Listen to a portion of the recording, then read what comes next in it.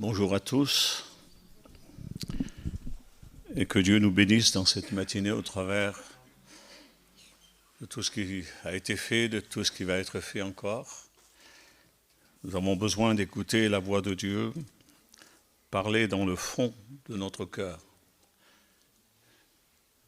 Je me souviens de mon expérience lorsque j'étais malade, que le médecin m'avait annoncé cette maladie. J'avais dit cette parole-là, Seigneur, je prends tout ce que tu me donnes. Parce que je sais qu'en Dieu, il n'y a rien de mauvais. Tout est bon en Dieu. Et Job l'avait compris lorsqu'il disait à sa femme, en disant quoi, on est capable d'accepter le bien et non le mal et non l'épreuve. Tout est bon en Dieu. Tout est parfait en Dieu.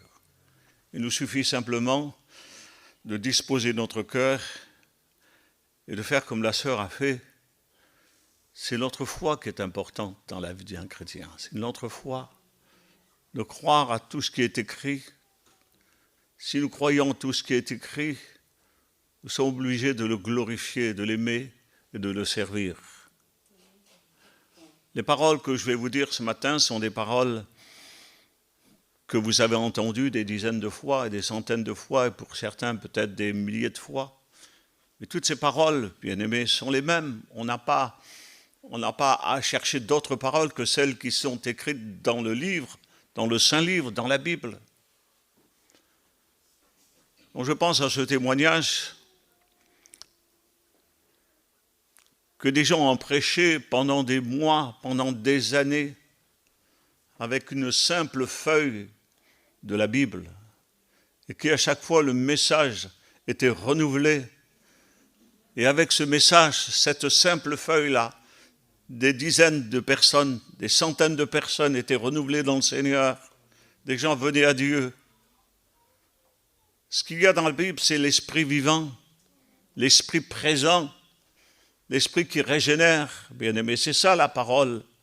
Parfois, nous lisons la parole comme on lit un livre de chevet. On lit la Bible pour s'endormir. On lit la Bible pour se passer le temps. Non, il nous faut lire la Bible pour être instruit, pour comprendre, pour connaître Dieu et connaître sa volonté. Que Dieu nous aide ce matin à comprendre ce que Dieu veut nous dire. Et je vais certainement vous dire des paroles que vous avez entendues parler, mais je voudrais quand même en parler et puis essayer de rentrer dans un dialogue avec vous afin de puissions nous enrichir ce matin. Écoutez bien cette parole qui se trouve dans l'évangile de Jean, chapitre 13, verset 34. Aimez-vous les uns les autres, comme je vous ai aimé, vous aussi aimez-vous les uns les autres. À ceci, tous connaîtront que vous êtes mes disciples si vous avez de l'amour les uns pour les autres. Nous savons que Dieu est amour, que la nature de Dieu, c'est l'amour. Et cet amour-là, elle est dans son Fils. Cet amour-là, il est dans son esprit. Et cet amour-là, il l'a mis dans nos cœurs. Donc, nous possédons un amour qui est un amour divin.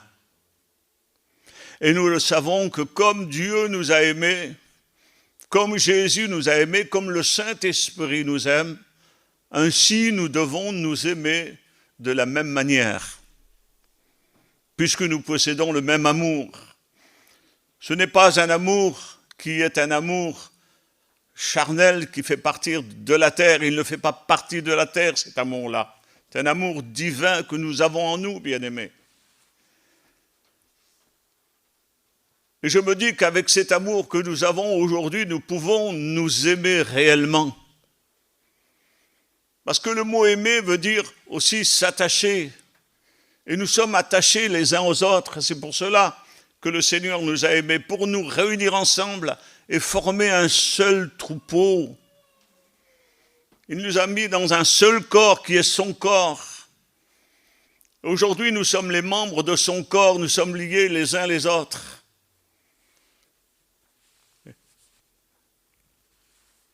La Bible dit que l'amour est le lien de la perfection.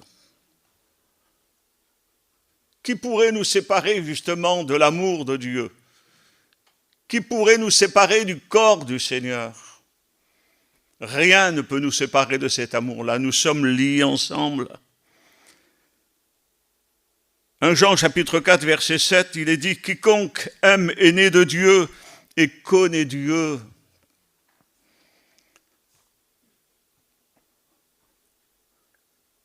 L'homme spirituel, ce n'est pas quelqu'un qui est né de la volonté de l'homme ni de la volonté de la chair, mais qui est né de la volonté de Dieu, naître de Dieu. Lorsque Jésus a parlé à Nicodème, il lui a dit « Tu es docteur de la loi, tu ne connais pas ces choses. » Il faut que l'homme naisse de nouveau.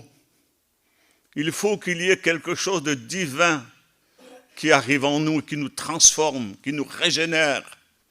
Ça s'appelle la nouvelle naissance, bien-aimés. Et quand on est né de nouveau, c'est la seule raison, c'est la seule condition pour connaître Dieu. Connaître Dieu, ce n'est pas simplement entendre le nom de Dieu ou de Jésus. Il y a un frère qui prêchait sur Zachée, et puis il est dit, Jésus passa là où était Zachée.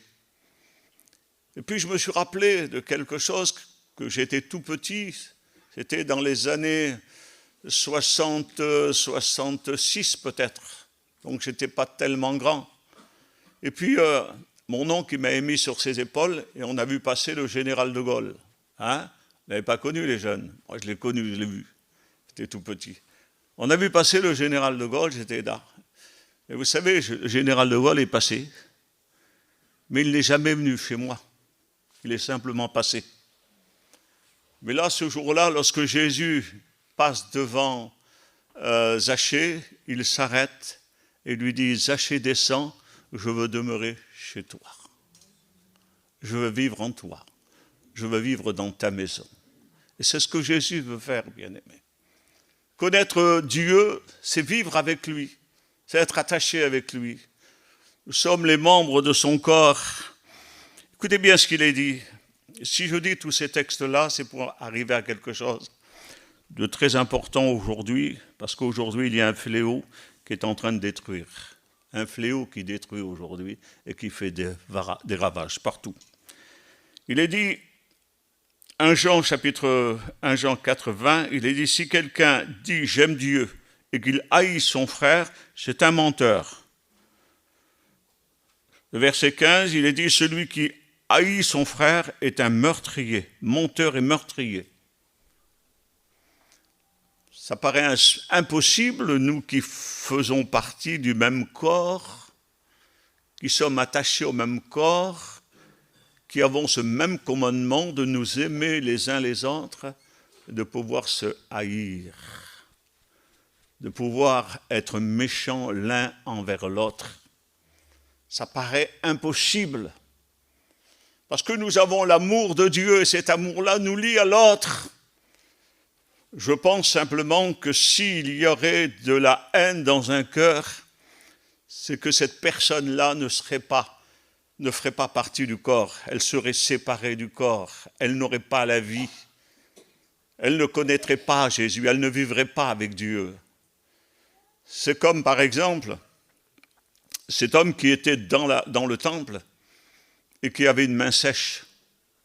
Dans la main sèche, elle était attachée au corps, mais elle n'avait pas la vie. La vie ne circulait pas dans cette main sèche. Il a fallu que le Seigneur fasse le miracle pour que la vie revienne dans cette main. Alors pour moi, il est impossible aujourd'hui, vous, bien-aimés, les frères, les sœurs là, que vous puissiez vous haïr. Ça paraît impossible. Mais être un menteur et être un meurtrier, si je suis un menteur, ça veut dire simplement que tout ce que je dis à Dieu est faux. Tout ce que je pourrais dire à Dieu, même ma louange serait fausse, même ma prière deviendrait une abomination. Parce que Dieu ne l'entendrait pas, Dieu ne l'écouterait pas, parce que je serais un menteur. je serai aussi un meurtrier. Vous allez voir pourquoi je serai un meurtrier. 1 Corinthiens chapitre 12, verset 26. Il est dit, quand un membre souffre, tous les membres souffrent avec lui. C'est merveilleux. Si nous comprenons cette parole toute simple, si j'ai mal à ma main gauche, c'est tout mon corps qui subit la souffrance, qui encaisse la souffrance. Je ne peux pas me réjouir quand ma main gauche souffre, quand j'ai mal à ma main gauche. Je ne peux me réjouir. Je suis obligé de souffrir et de participer à la souffrance de ma main gauche. Il est impossible pour nous membres du corps de Christ, il est impossible pour nous d'être heureux quand l'autre souffre. Lorsque la Bible dit de pleurer avec ceux qui pleurent, il est impossible de se réjouir lorsque l'autre pleure. Nous avons besoin aujourd'hui de comprendre des choses, bien-aimés. Écoutez bien ce qu'il est dit dans Hébreux chapitre 10, verset 24. Il est dit, veillons les uns sur les autres pour nous exciter à l'amour. C'est formidable. Nous devons veiller les uns sur les autres pour nous pousser à l'amour. Il est dit dans la parole de Dieu que nous devons rechercher l'amour. Je réfléchissais à des choses, je me disais, Seigneur, j'ai besoin aujourd'hui de manifester cet amour divin qui est en moi. J'ai besoin de le manifester, cet amour-là. Mais comment je vais le manifester? Il faut, Seigneur, que tu me trouves des moyens pour que je puisse manifester. Et le Seigneur nous dit à chacun, j'ai préparé des œuvres pour toi, afin que tu les pratiques. Ce sont des œuvres que tu dois pratiquer, que tu dois accomplir dans l'amour. Et nous avons tous un chemin rempli d'œuvres où nous devons manifester l'amour. Et l'amour ne se manifeste pas dans la facilité parfois. L'amour se manifeste aussi dans les épreuves. On l'a vu tout à l'heure par rapport à Job. Job, il a eu tous ses biens pendant sa vie, il a manifesté l'amour envers son Dieu, mais quand il est arrivé dans l'épreuve, il a encore manifesté l'amour. Et l'apôtre Paul, avec tout ce qu'il a subi dans son ministère, il a toujours manifesté l'amour. Et quand il nous est dit de veiller les uns sur les autres, même si quelques-uns ont des caractères un peu difficiles, il faut quand même veiller les uns sur les autres, parce que nous sommes membres du corps de Christ.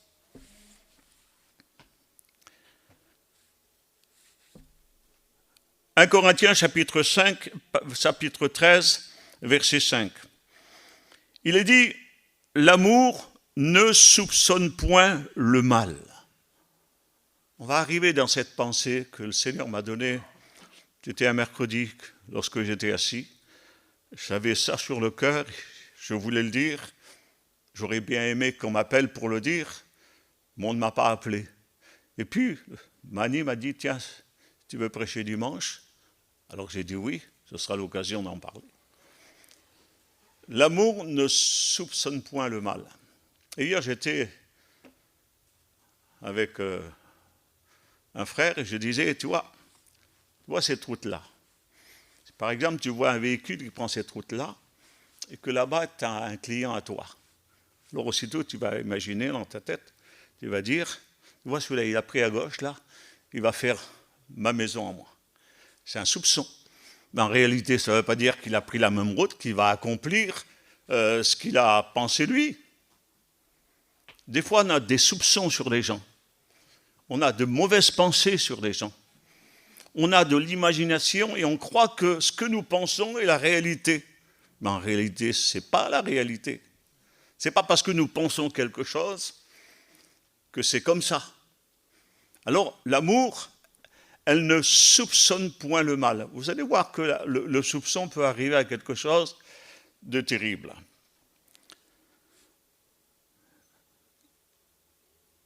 Soupçonner, c'est avoir des accusations sur quelqu'un des suppositions, mais sans fondement. Exode chapitre 23, verset 1er. Tu ne répandras point de faux bruits. Tu ne répandras pas de faux bruits. Alors, j'ai des soupçons sur une personne, je m'imagine toutes sortes de choses, puis après je vais commencer à en parler. Je vais en parler à quelqu'un, je vais en parler à l'autre. Et puis j'ai vu telle personne comme ça, et puis on va ensemble former un petit groupe, on va discuter de cette affaire-là. Et puis voilà. Et puis, Lévitique chapitre 19, verset 6, il est dit, « Tu ne répandras point parmi mon peuple de calomnie. » Soupçon, médisance et calomnie. Au départ, c'est rien, c'est un simple soupçon. Après, ça devient de la médisance, et puis après, ça devient de la calomnie. Vous savez qu'est-ce que c'est que la calomnie? La calomnie, c'est quelque chose de terrible. Écoutez bien, on va parler de Jacques au chapitre 3, verset 6. Il est dit que la langue est un feu et que c'est le monde de l'iniquité. La langue, c'est ça, bien-aimé. C'est un feu, c'est le monde de l'iniquité. Il est dit au verset 8 que la langue, sur la langue, il y a un poison mortel, un venin mortel. Vous savez qu'est-ce que c'est qu'un venin? Vous savez qu'est-ce que c'est qu'un poison? Si on consomme du poison, on en meurt. Et la calomnie, justement, est un poison mortel avec lequel on peut tuer nos frères et nos sœurs. C'est pour cela que celui qui dit « j'aime Dieu » et qui a de la haine pour son frère est un meurtrier. Nous devons faire attention à tout ce que nous faisons et nous allons le plus loin. Écoutez bien, Jérémie chapitre 18, verset 18, le complot contre Jérémie.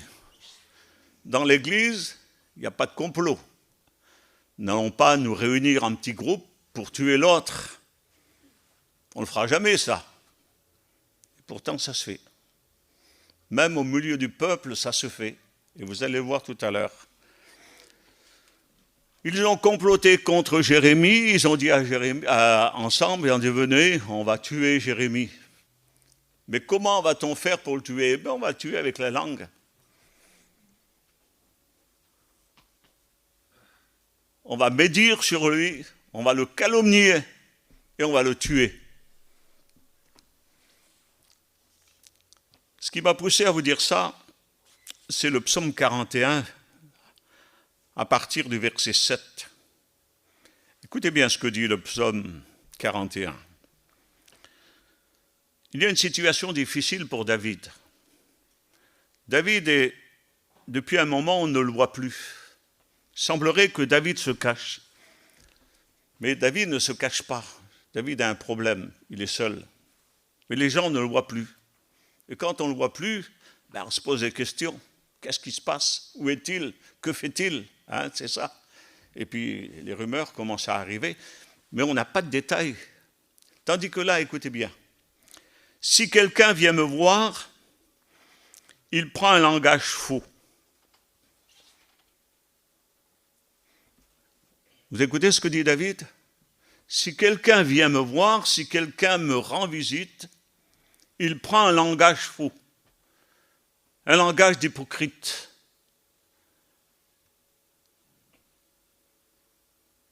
Il vient, il me pose des questions, il m'interroge sur ma situation. Et moi, dans mon cœur, je pense que j'ai affaire à un vrai frère. En réalité, j'ai affaire à un faux frère. Mais moi, comme je n'arrive pas à discerner qui est ce frère ou qui est cette sœur, je lui ouvre mon cœur. Il y a un frère parmi nous, il y a quelque temps, il avait confié des problèmes dans lesquels il vivait, il les avait confiés. Et puis un jour, arrivé à l'église, les gens étaient au courant déjà de ses problèmes. Alors David est là, il est isolé, et certainement qu'il est dans la souffrance, et puis on vient le voir et on lui pose des questions. Écoutez bien ce qu'il est dit dans la parole. Il recueille des sujets de médire.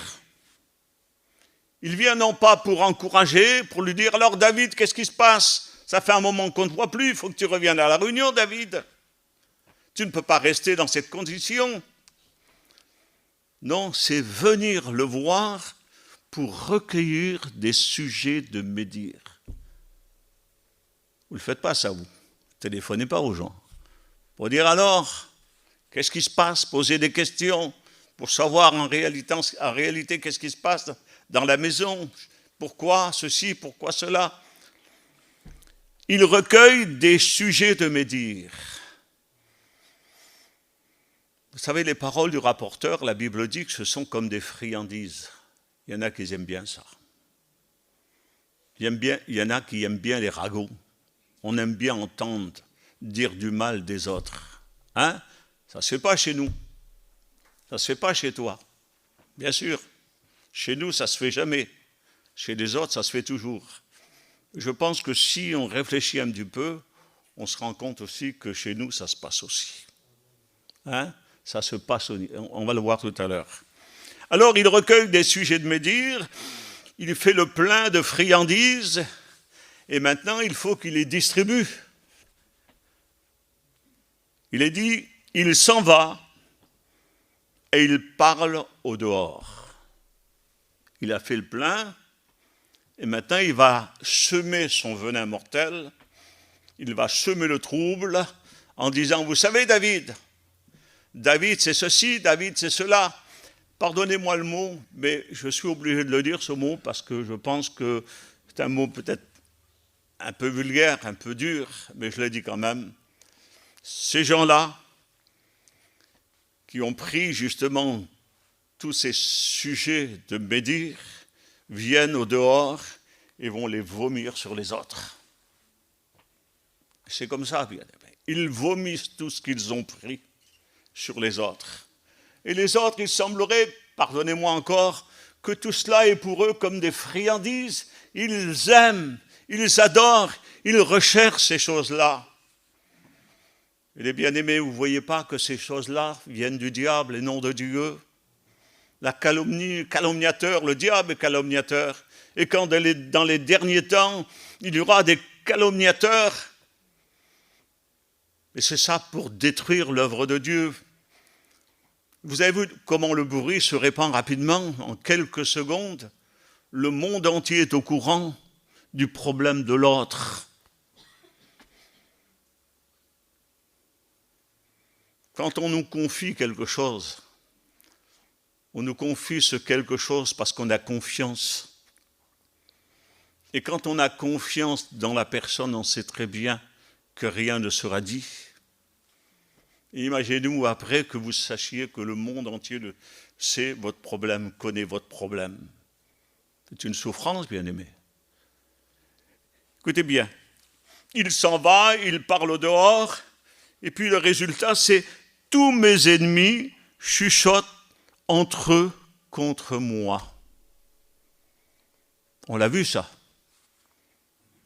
On l'a vu que des gens, en groupe, parlent sur les autres, et quand la personne arrive, on ne parle plus parce qu'il arrive, la personne. Comment le cœur est mauvais, là? Comment c'est grave? Comment un cœur mauvais, on va le voir tout à l'heure, le cœur mauvais rempli de haine, comment voulez-vous que Christ vive pleinement en ce cœur-là? C'est pas possible. La médisance, la calomnie, ça ne vient pas de Dieu, ça vient du diable. Et l'homme aime ça. Écoutez bien, qu'est-ce que les ennemis vont dire sur David? Ils vont dire, il est dangereusement atteint, il est couché et il ne se relèvera plus. C'est fini, il est condamné, il n'y a plus d'espoir pour lui, laissons-le. Est-ce que c'est ça la Bible? Moi, j'aurais traduit ça autrement.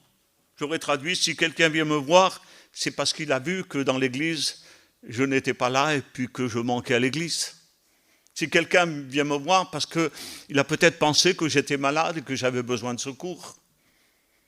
Et quand il est dit le recueil des sujets de médire, moi j'aurais dit simplement, il est venu, il s'est renseigné sur ma situation, il revient maintenant vers le peuple en disant, voilà, j'ai des requêtes de prière parce que David est mal, parce que David ne va pas bien, il a besoin de nos prières, il a besoin que nous puissions ensemble nous réunir, de jeûner, pour qu'il puisse se rétablir. Moi j'aurais pensé ça. Ou alors, il s'en va, il parle au dehors. Moi certainement j'aurais parlé au dehors, mais pas dans le mal. J'aurais parlé dans le bien pour lui, justement. Et j'aurais mis en David de l'espérance, comme le cantique, « Ne te réjouis pas, mon ennemi, parce que je me relèverai, je me lèverai à nouveau. » Nous avons besoin de comprendre, bien aimé, qu'il y a un fléau aujourd'hui, et le fléau, c'est le fléau de la langue. Et justement, le Seigneur le disait à Job, « Je te garderai, je te protégerai du fléau de la langue. » Aujourd'hui, il y a des foyers qui aujourd'hui sont séparés à cause des fléaux de la langue. Il y a des pasteurs qui ont été salis à cause des fléaux de la langue. Il y a des parents avec les enfants qui ont été aussi divisés à cause des fléaux de la langue. Il faut arrêter, les frères, les sœurs, il nous faut arrêter. Il nous faut arrêter ces choses-là. Hein? Vous savez très bien, on est charnel. Et parfois, on aime bien entendre le malheur des autres. On aime bien entendre. J'étais avec le loup hier, il a reçu un coup de téléphone, et puis quelqu'un lui parlait. Et puis voilà, il a dit, mais moi, ça ne m'intéresse pas. Il disait, ça ne m'intéresse pas. Il faut que les choses qu'on entende sur les uns et les autres, ça ne nous intéresse pas. Nous, on n'est pas là pour accuser les frères et les sœurs. C'est Satan qui est l'accusateur des frères. Nous sommes de ceux qui sont là pour intercéder justement en faveur de tous ceux qui sont dans la souffrance. La Bible elle le précise, si ton frère a péché, s'il a péché, ne le condamne pas. Va le reprendre, va lui dire, va lui faire connaître sa situation, peut-être qu'il a été aveuglé. Va, reprends-le, et s'il t'écoute, tu as sauvé ton frère. Mais s'il ne t'écoute pas, bien sûr, ne le condamne pas non plus. Prends 2 témoins et va le trouver encore. Et s'il ne t'écoute pas, alors après, tu pourras le dire à l'assemblée, puis après, tu pourras l'exclure. Mais la priorité est d'aller le trouver et de prier avec lui, de le remettre en face de la réalité, bien-aimé. Ça, on a besoin de ça. On n'a pas besoin que l'on soit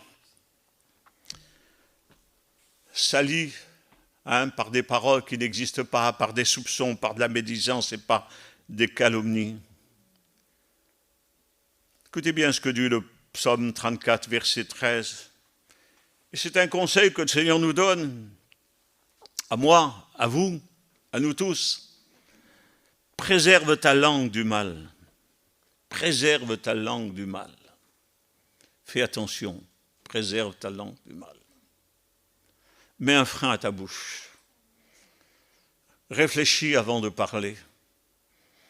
Quand tu entends quelque chose, ne te presse pas d'en parler. Vous savez, lorsque on a écrit les Actes des Apôtres, il y a ces paroles-là. Ce que nous avons entendu, ce que nous avons vu, ce que nos mains ont touché, nous vous l'annonçons. Entendre, voir et toucher. Des témoins oculaires de ceux qui ont véritablement vu la chose. Mais Dieu nous demande de ne pas juger sur un oui-dire. J'ai entendu. Ces témoins-là ne valent rien. Ce sont de ceux qui ont des soupçons, qui ont une mauvaise oreille et une mauvaise langue, excusez-moi du mot. Aujourd'hui, nous devons comprendre, Éphésiens chapitre 4, verset 29, qu'il ne sorte de votre bouche aucune parole mauvaise. Mais s'il y a lieu, plutôt une bonne parole qui va aider l'autre, qui va l'encourager, qui va le fortifier, qui va le relever. Qui a dit, je crois que c'est Flora qui a dit ça tout à l'heure, mettre un genou à terre. Heureusement, vous savez qu'on met des fois un genou à terre.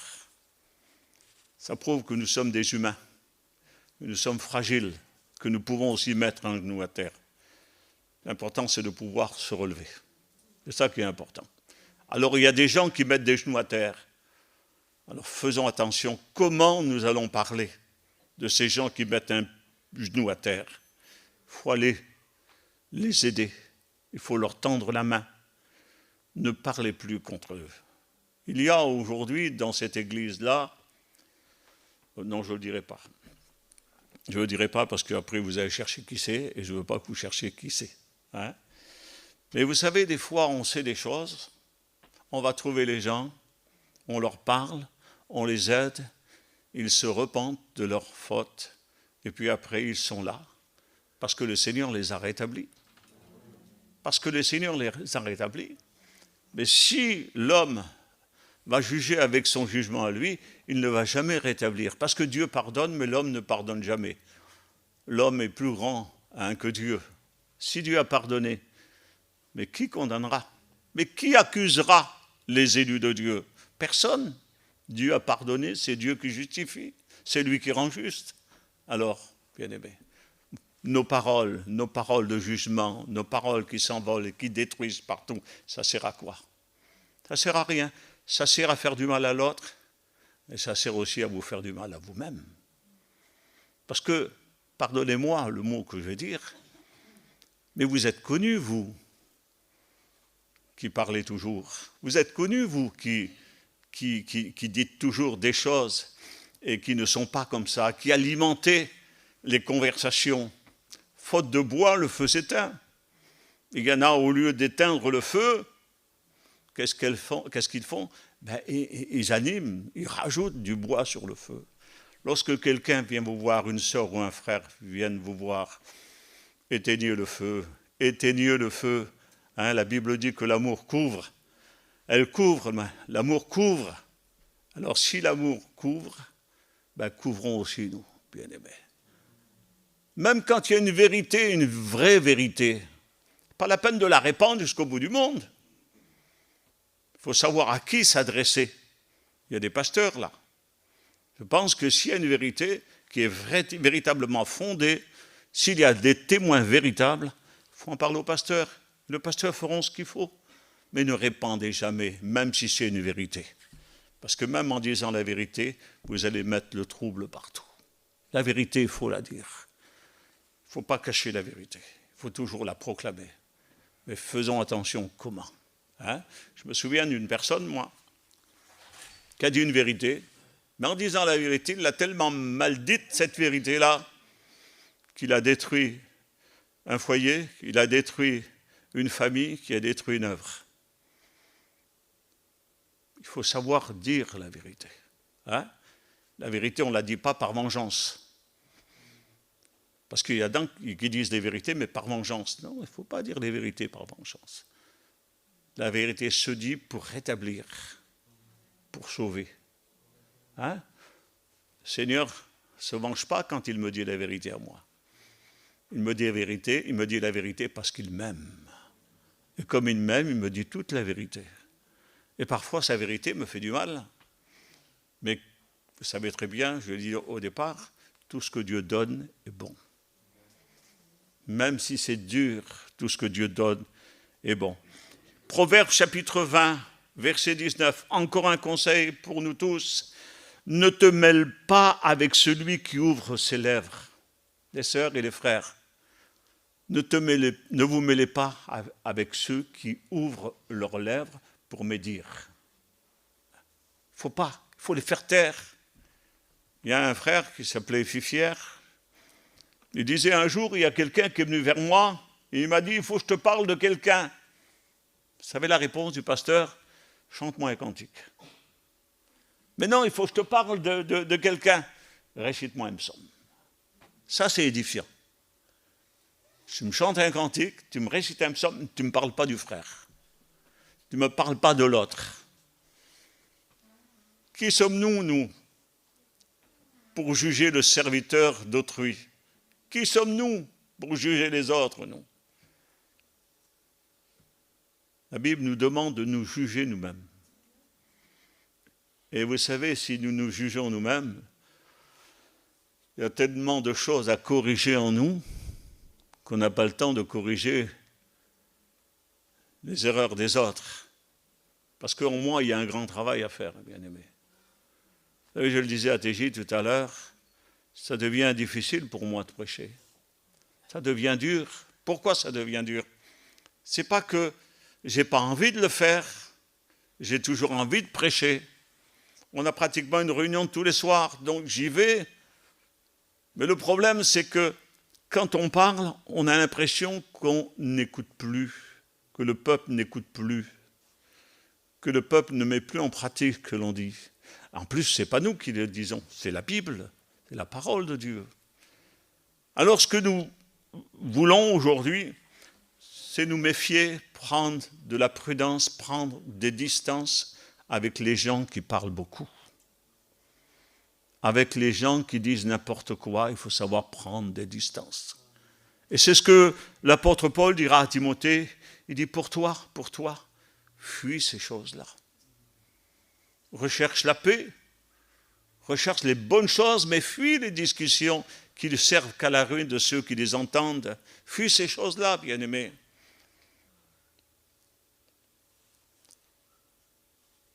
Il y a eu quelques jours, il y a eu quelqu'un qui m'a dévoilé quelque chose sur une personne. Je dis, mais pourquoi tu m'as dit ça? Pourquoi tu m'as dit ça? Tu n'aurais pas dû me dire cette chose-là. Maintenant, quand je vais la voir, je vais voir ce que tu m'as dit. Et ça, c'est pas bon pour nous, bien-aimés. Lorsque tu vois ton frère qui a péché, va dans le secret, tu le reprends, tu lui parles, tu le ramènes à Dieu, et que personne ne le sache, bien-aimés. Il y a des choses que même notre ombre ne doit pas savoir. Il y a le secret, et ce secret-là, personne ne doit le dire. Alors, pour toi, fuis ces choses, homme de Dieu. Matthieu chapitre 15, verset 18. Je vous donne beaucoup de versets, parce que je pense que c'est ça que nous avons besoin. Ce qui sort de la bouche vient du cœur, et c'est de l'abondance du cœur que la bouche parle. Et Jacques parle de deux sources. Et là, nous avons des questions à nous poser, bien-aimés. Alors, je vous pose une question, mais ce n'est pas un jugement que je porte. C'est une question simplement. Et cette question, nous devons la réfléchir. Nous étions une source impure. Mais le Seigneur a fait de nous une source pure. Parce qu'il est venu régénérer notre ancienne vie. Il a mis son esprit en nous, rempli d'amour. Nous sommes une source pure. Peut-on devenir une source impure? Si dans ma vie je fais que médire, apporter des choses mauvaises, ça veut dire que ces choses-là sont en moi, sont dans ma vie, sont dans mon cœur. Alors j'ai des questions à me poser, puis j'ai aussi du travail à faire sur ma vie. Je ne veux pas que mon cœur ou que mes lèvres s'accordent avec mon cœur pour dire des choses qui sont mauvaises. J'ai besoin, bien-aimé, j'ai besoin de parler avec un cœur pur. J'ai besoin de parler avec un cœur régénéré par l'Esprit du Seigneur. J'ai besoin de ça, bien-aimé. J'ai besoin d'aimer les autres. J'ai besoin de m'attacher aux autres. Parce que c'est le corps du Seigneur et Nous avons tous la même vie, nous avons des fonctions différentes, mais nous sommes tous attachés pour accomplir un seul et unique service, le glorifier à lui. Et nous avons besoin de glorifier. Et en disant des paroles telles que nous disons aujourd'hui, je pense qu'on ne le glorifie pas, au contraire. Écoutez bien ce qu'il est dit dans Philippiens au chapitre 4, verset 8.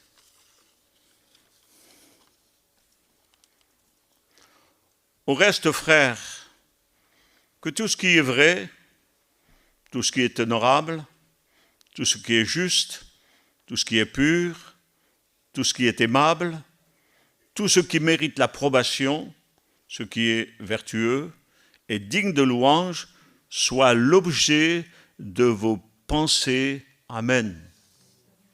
Ça, un cœur pur. Un cœur pur ne recherche que le bien de Dieu et le bien des frères et des sœurs. Un cœur pur, c'est quelqu'un qui s'attache à Dieu et qui s'attache aussi aux frères et aux sœurs. Ce n'est pas un frère qui proclame des choses sans savoir qu'est-ce qu'il dit, mais détruire parce qu'il a prononcé un mot. Faisons attention, bien-aimés. Notre bouche, notre langue est un danger. C'est un danger pour nous-mêmes, un danger pour nos foyers, un danger pour nos familles et un danger pour l'œuvre de Dieu. Faisons bien attention. Moi, ce que je voudrais insister, c'est que lorsqu'on va voir un frère, lorsqu'on va voir un foyer, lorsqu'on va visiter, faisons attention. Attention aux questions, attention à ce que nous disons dans ces foyers-là. Et lorsqu'on nous parle, faisons attention de bien garder ce qu'on nous a dit, afin de ne pas le répandre. Parce qu'il y a des petits foyers qui sont touchés des fois. On ne se comprend pas pourquoi il y a eu des problèmes entre les foyers. Ben parce que les gens en parlaient. On parlait. Imaginez-vous, quand on va régler un problème dans un foyer, les serviteurs de Dieu, on est toujours neutre. Toujours neutre pour ne pas donner raison à l'un ou à l'autre. On est neutre et on met la Bible en avant. Imaginez-vous que l'on parle à la femme et qu'on dise à la femme, oui, ton mari il a tort. Ou qu'on dise au mari, ta femme a tort. Ben, c'est un conflit. C'est un conflit. Alors, lorsqu'on vient vous parler mal de quelqu'un, ben, apportez une solution. Soyez neutre dans vos conversations. Donnez un mot de la Bible. Ne donnez pas vos pensées. Ne juge pas selon vos pensées. Mais donnez un mot de la Bible. Donnez à cette personne qui vient vers vous une solution pour dire les choses. Et puis ainsi, bien aimé, on pourra éviter beaucoup de scandales. Beaucoup de scandales. Alors, je reprends le premier verset. Je n'ai pas été long avec vous. Aimez-vous les uns les autres comme je vous ai aimé, vous aussi aimez-vous les uns les autres. À ceci, tous connaîtront que vous êtes mes disciples si vous avez de l'amour les uns pour les autres. Nous avons le même amour de Dieu, le même amour de Jésus, le même amour de l'Esprit. Dieu l'a mis dans nos cœurs par son Esprit. Et aujourd'hui, nous vivons dans cet amour-là, avec cet amour-là. Et nous devons répandre aujourd'hui cet amour autour de nous. Vous êtes d'accord avec la parole? Vous n'allez plus médire? Vous n'allez plus calomnier?